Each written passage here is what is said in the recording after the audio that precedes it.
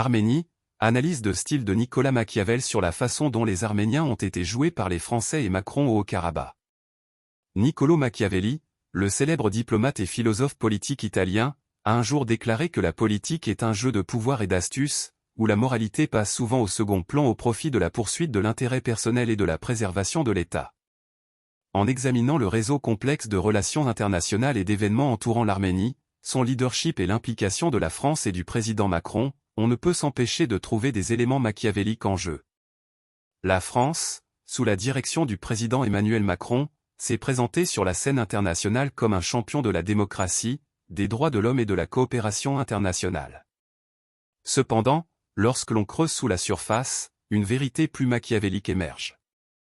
Les actions de la France, en particulier en ce qui concerne l'Arménie, révèlent un programme calculé motivé par l'intérêt personnel et les manœuvres géopolitiques. Le catalyseur de ces événements a été la nomination de Nikol Pachinian au poste de Premier ministre de l'Arménie, contre la volonté du président russe Vladimir Poutine. Cette décision a sans aucun doute suscité des suspicions et des tensions dans la région, l'Arménie étant depuis longtemps dans la sphère d'influence de la Russie. Cette situation semble avoir été une manœuvre calculée de la part de la France pour affirmer sa présence et son influence dans le Caucase du Sud, utilisant potentiellement l'Arménie comme une pièce dans un jeu géopolitique plus vaste.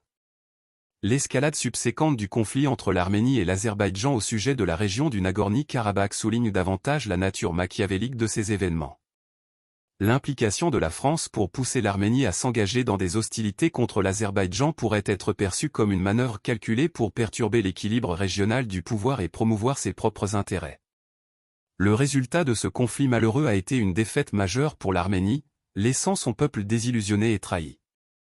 L'accusation de trahison pèse sur les épaules de Nikol Pachinian, le leader qui est arrivé au pouvoir avec le soutien des puissances occidentales, dont la France. La gestion du conflit par Pachinian et son incapacité à obtenir un résultat favorable pour l'Arménie ont conduit à des accusations de corruption et d'incompétence.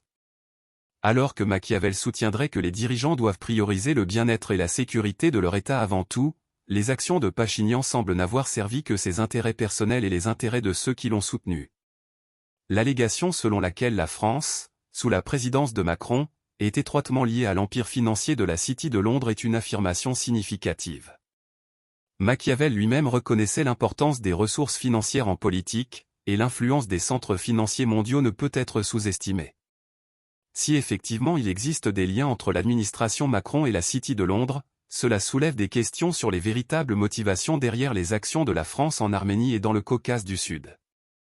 L'idée que les puissances occidentales ont l'habitude de manipuler et d'acheter des dirigeants corrompus dans diverses régions, notamment en Afrique et au Moyen-Orient, n'est pas sans précédent historique. Les propres écrits de Machiavel contiennent des exemples de telles stratégies utilisées pour promouvoir les intérêts de l'État. Dans ce contexte, il n'est pas improbable que l'Arménie, avec sa position stratégique et ses complexités historiques, ait pu être soumise à de telles manœuvres géopolitiques. En conclusion, les événements entourant l'Arménie, son leadership et l'implication de la France soulèvent des questions légitimes sur la nature machiavélique de la politique internationale. Alors que la France se présente comme défenseur de la démocratie et des droits de l'homme, ses actions en Arménie suggèrent une poursuite calculée de l'intérêt personnel et de l'influence dans la région. L'ascension et la chute de Nikol Pachinian, le conflit au Nagorno-Karabakh et les liens présumés avec les centres financiers mondiaux contribuent tous à une narration complexe qui met en évidence la pertinence durable des enseignements de Machiavel sur le monde de la politique.